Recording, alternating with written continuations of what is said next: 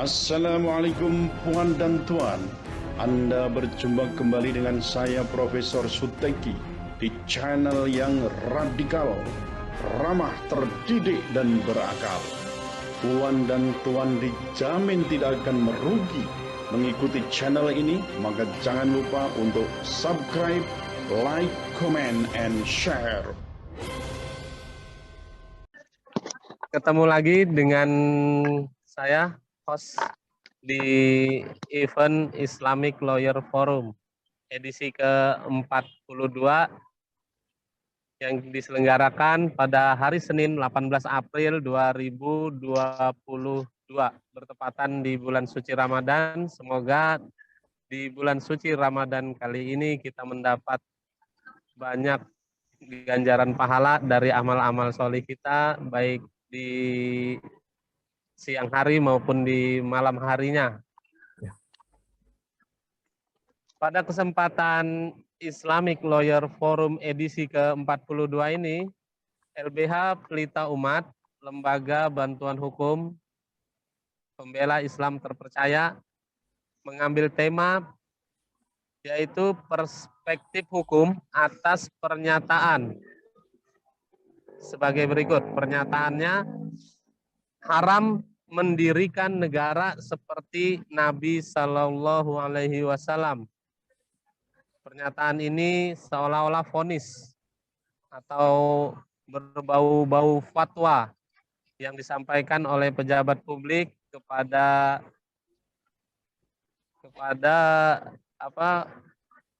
masyarakat yang ada di negeri kita saat ini. Mudah-mudahan pernyataan ini kita bisa kupas lebih mendalam apa tujuannya, apa motif atau keinginan yang disampaikan oleh pejabat publik tersebut. Pada kesempatan kali ini kita akan hadir dan berdiskusi dengan pembicara atau narasumber yaitu Profesor Suteki. Baik, untuk mempersingkat waktu kita langsung saja memulai acara ini dengan sama-sama membaca basmalah. Bismillahirrahmanirrahim. Selanjutnya kita akan mendengarkan beberapa pandangan dari Profesor Suteki, dosen dari Universitas Diponegoro. Profesor Suteki, Assalamualaikum. Waalaikumsalam warahmatullahi wabarakatuh. Berjumpa lagi, ya, Prof. Kita selalu bertemu ya di LF. Alhamdulillah agak segar nih, Prof. Sudah berbuka puasa. Oh ya pastilah. Kan bahwa di perspektif hukum yang berlaku di negeri ini, beliau yang mengucapkan ini harusnya atau minimal klarifikasi lah. Bagaimana Profesor memandang perspektif hukum yang berlaku di negeri kita ini ketika ada seorang pejabat publik yang mengucapkan haram mendirikan negara seperti Nabi Shallallahu Alaihi Wasallam? Monggo, silakan, Prof. Ya baik, Assalamualaikum warahmatullahi wabarakatuh. Mas Janif, Waalaikumsalam warahmatullahi sebelum wabarakatuh. saya sampai pada titik itu, saya ingin menyampaikan dulu tentang pembicaraan mengenai mengharamkan mendirikan negara. Itu berarti kan kalau ala Nabi itu pas saat Nabi memerintah, atau ala Nabi itu ketika sistem pemerintahan itu dijalankan oleh para sahabat, yaitu dengan namanya khilafah. Nah, sebenarnya ini bukan barang baru ya. Kalau kita lihat itu kan sebenarnya terutama di dua periode kepemimpinan Pak Jokowi, itu kan yang diusung itu adalah mengenai radikalisme. Jadi core radikalisme itu betul-betul ditekankan oleh Pak Menteri Agama ya, Pak Fahru Rozi, itu yang juga sangat getol ya mengenai persoalan radikal itu. Bahkan ya ada menyarankan supaya PNS itu sejak CPNS sudah dideteksi gitu ya. Belum lagi kemudian punya aplikasi ASN no radikal. Dan ini juga terkait dengan persoalan memerangi ASN yang terpapar radikalisme tapi dalam hal khilafah kan itu. Kemudian juga BNPT ya plus Densus 88. Ini juga sama. Jadi narasi persoalan radikal juga terkait dengan kekhalifahan itu ya. Bahkan yang terakhir kemarin kita juga saksikan di Endus itu ya, ada NII, Negara Islam Indonesia, yang ada 16 orang ditangkap di Tanah Minang itu ya, dan menurut cerita inilah yang akan menggeser atau melengsarkan ya, melakukan kudeta terhadap pemerintahan Jokowi. Ada salah satu bukti di situ, ada ya sudah membuat gol darah itu apa bisa dari situ. Nah, kemudian BNPT juga sangat getol di situ ya, persoalan dakwahkan khilafah itu sama saja itu mengingkari konsensus nasional kan itu kan. Kita sudah punya Pancasila, Undang-Undang Dasar 45,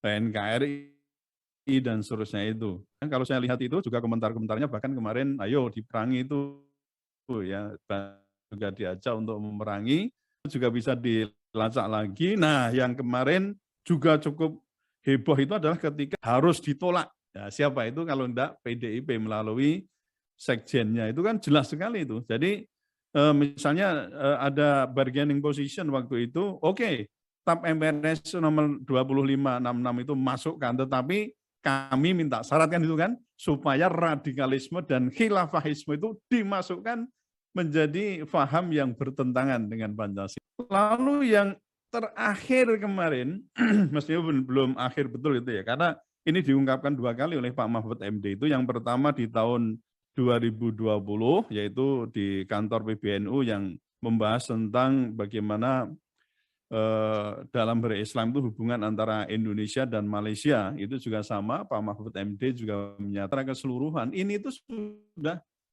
menjadi Islamofobia gitu ya. Jadi khilafah itu bisa dikatakan sebagai Islamofobia. Jadi orang-orang yang menderita fobia terhadap Islam itu meskipun dia sendiri adalah seorang yang beragama Islam. Loh itu kan aneh toh. Orang Islam tapi fobi terhadap ajaran Islam. Kenapa saya mengatakan begitu? Karena mau atau tidak, khilafah itu adalah sistem pemerintahan yang merupakan bagian dari fikih siasah. Anda mau cari mana aja di fikih, maka ketemu nanti tentang kekhalifahan itu.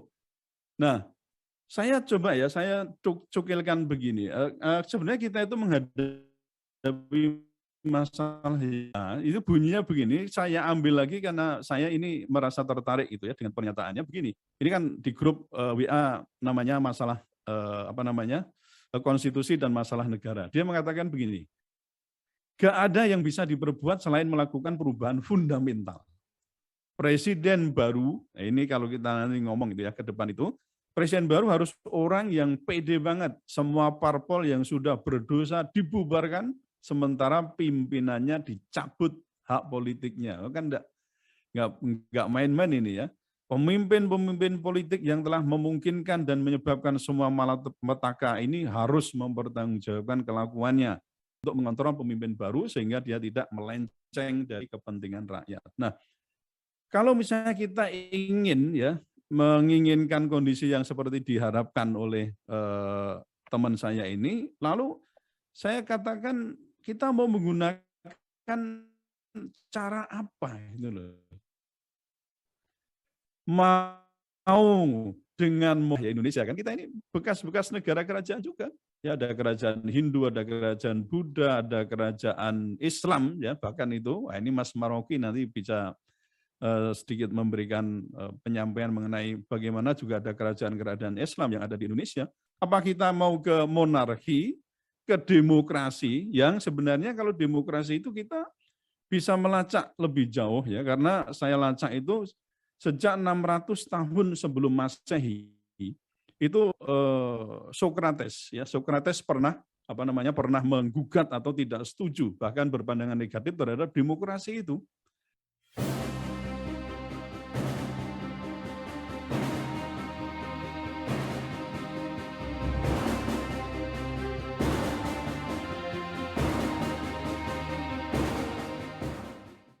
ketika itu di Athena di Athena, jadi di Athena memungkinkan untuk menjalankan demokrasi langsung. Nah, ketika itu Socrates itu memprotes, kenapa ini demokrasi dengan konsep suara yang terbanyak yang menentukan sebuah kebijakan atau kebaikan dan seterusnya, putusan itu di dasar pada voting, bukan didasarkan pada persoalan kebenaran, keadilan, dan juga kebaikan. Ya, dia protes ya, Socrates protes. Tapi justru kemudian dihadapi oleh anggota kota Athena ini ya, dari warga negara di Athena itu, negara kota itu, kemudian diputuskan dengan voting juga bahwa Socrates itu kemudian dihukum berdasarkan suara yang terbanyak.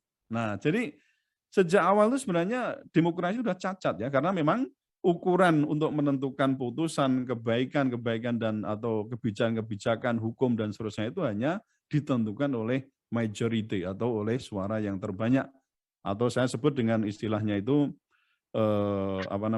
numerik demokrasi ya, demokrasi angka-angka. Nah, kemudian Socrates dilanjutkan Plato pun juga menggugat demokrasi sebenarnya ya, Mas Marogi. Jadi Plato itu juga tidak senang ya dengan demokrasi itu sendiri, karena dia muridnya Socrates ya, baru nanti di abad-abad sekian ya, sudah Masehi abad 17-18 itu Montesquieu dan kemudian seterusnya itu yang kemudian menggaungkan kembali persoalan demokrasi ini. Nah, apakah itu ya? Apakah monarki atau demokrasi atau ada alternatif lain sebagai solusi, yaitu apa? Sistem pemerintahan Islam. Dan ini kita sudah saksikan juga sudah berjaya selama 1.300 tahun sebelum runtuh pada tanggal 3 Maret. Apalagi ini kaitannya dengan Pancasila. Tanya MUI, ya tanya MUI, apakah ada fatwa yang mengharamkan khilafah itu, dan kemudian dikatakan khilafah itu bertentangan dengan Pancasila. Mana dalilnya? Kita ngomong dalil berarti apa? Argumentasi, termasuk kalau perlu ya apakah itu dari sisi sosiologis, filosofis, atau dari sisi yuridis. Ada enggak pernyataan MUI terutama yang mengatakan bahwa khilafah itu bertentangan dengan Pancasila misalnya, atau khilafah dan beradab, terus persatuan Indonesia, kerakyatan yang dipimpin oleh hikmat kebijaksanaan dalam pemusatan perwakilan, terus apa? Keadilan sosial. Masa sistem Islam itu nggak bisa wujud 5? Masa Allah tidak bisa memberikan petunjuk bagaimana menciptakan 5 ini dalam kehidupan? Itu kan sesuatu yang tidak mungkin. Artinya terhadap ajarannya, bukan orangnya, tapi terhadap ajarannya. Ini kalau mau dijadikan persoalan ya berarti apa? Memasuki kita di 156A itu. Jadi apa? Ya bisa dijerat gitu ya, dijerat. Jadi kalau yang tadi undang-undang ormas itu bisa hukumannya itu bisa, kalau ini organisasi yang melakukan itu bisa dicabut badan hukumnya dan dibubarkan. Kemudian kalau pengurus yang melakukan itu atau orang-orangnya di situ bisa dihukum dari 6 bulan, 1 tahun, 5 dan 20 tahun namanya ditentukan. Nah, sedangkan untuk pasal 156A itu ya paling lama berapa itu? Dihukum paling selama-lamanya itu 5 tahun ya. Barang siapa dengan sengaja di muka umum mengeluarkan perasaan atau melakukan perbuatan yang pada pokoknya bersifat permusuhan. Itu benar kok, ada pengalamannya begitu. Betul ya Pak Al-Qadiri ya. Ya. Itu ada Islamofobia itu. Betul, nah, betul itu, Prof. Betul. Ya kalau namanya Suteki, wah sudah bablas itu. Kawan saya dari Solo aja ketahuan dari itu langsung di-cancel beasiswanya di Amerika. Makanya itu namanya Islam. Tapi mulai kemarin itu Mas, ditandain itu Solo itu. Joe Biden sudah punya kebijakan untuk apa? Justru akan mengeluarkan undang-undang anti-Islamofobia. Dan kemarin dia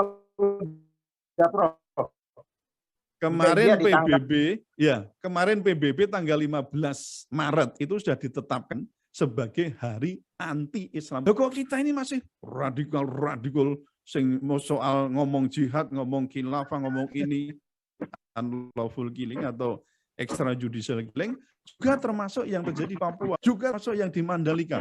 Ini semua makin kuat di sini. Apa ini tidak bahaya ini? Gitu loh. Iya. Jadi kalau kita main-main di persoalan itu yang sebenarnya nggak perlu dipersoalkan tapi digede-gede, dibesar-besarkan. Mungkin mikirnya lah kalau nggak ada persoalan ya nanti badan-badan itu kerjanya apa kan? Mungkin loh ya mungkin. Tadi kan itu karena bekerjanya berbasis pada apa ya? Pada target gitu loh. Ya dulu kan ada itu setiap apa namanya? Misalnya di bidang pengadilan itu ya, maksudnya di bidang criminal justice system itu apa targetnya untuk di tingkat PN, PT, lalu kejaksaan apa namanya Mahkamah Agung, nanti Kejari, Kejati, sampai kemudian di Kejagung berapa? Itu target tangkapan namanya. Nah, iya, Target kalau tangkapan. dasarnya target begini kan orang cenderung untuk cari tangkapan. Nah gitu kan. Nah ini saya kira tidak benar ya. Maksud saya begini loh, kalau tidak ada tangkapan ya sudah yang penting tetap digaji kan, tetap kan gitu loh ya. Baik, sangat menarik sekali tadi. Ini karena waktu sudah malam mungkin bisa saya ambil alih ya. Karena ini belum closing sebenarnya, urusan kita belum selesai sampai di sini, maka harus ada pembelaan-pembelaan dari para narasumber ini untuk kedepannya agar pejabat publik tidak sembarangan berbicara dan tidak menyakiti hati umat Islam. Karena negeri ini mayoritas kaum muslimin, tidak bisa kita mencontoh Fir'aun, maka dari itu kita mencontoh baginda yang mulia Nabi Muhammad SAW. Itu kesimpulan dari saya. Mudah-mudahan closing statement-nya kita tunda dulu karena ini tidak akan pernah closing. Kita akan terus memperjuangkan apa yang betul-betul harus diperjuangkan di dalam menegakkan hukum-hukum Allah ini. Terima kasih kepada semua narasumber yang berkenan hadir dan rekan-rekan sejawat dari daerah. Ada Dr. Mispansa, ada Bung Deden, Bung Zainuddin, dan ada Mas Supri. Terima kasih atas kehadiran rekan-rekan. Mudah-mudahan dicatat sebagai amal solih di bulan suci Ramadan ini. Salah dan hilapnya saya mohon maaf apabila ada gangguan teknis atau kata-kata yang kurang berkenan di hati, mohon dimaafkan. Kita tutup pada kesempatan malam hari ini dengan sama-sama mengucapkan hamdalah. Alhamdulillahirabbil alamin. Semoga silaturahmi terjalin di dunia maya dan di dunia nyata. Ya, wassalamualaikum warahmatullahi wabarakatuh.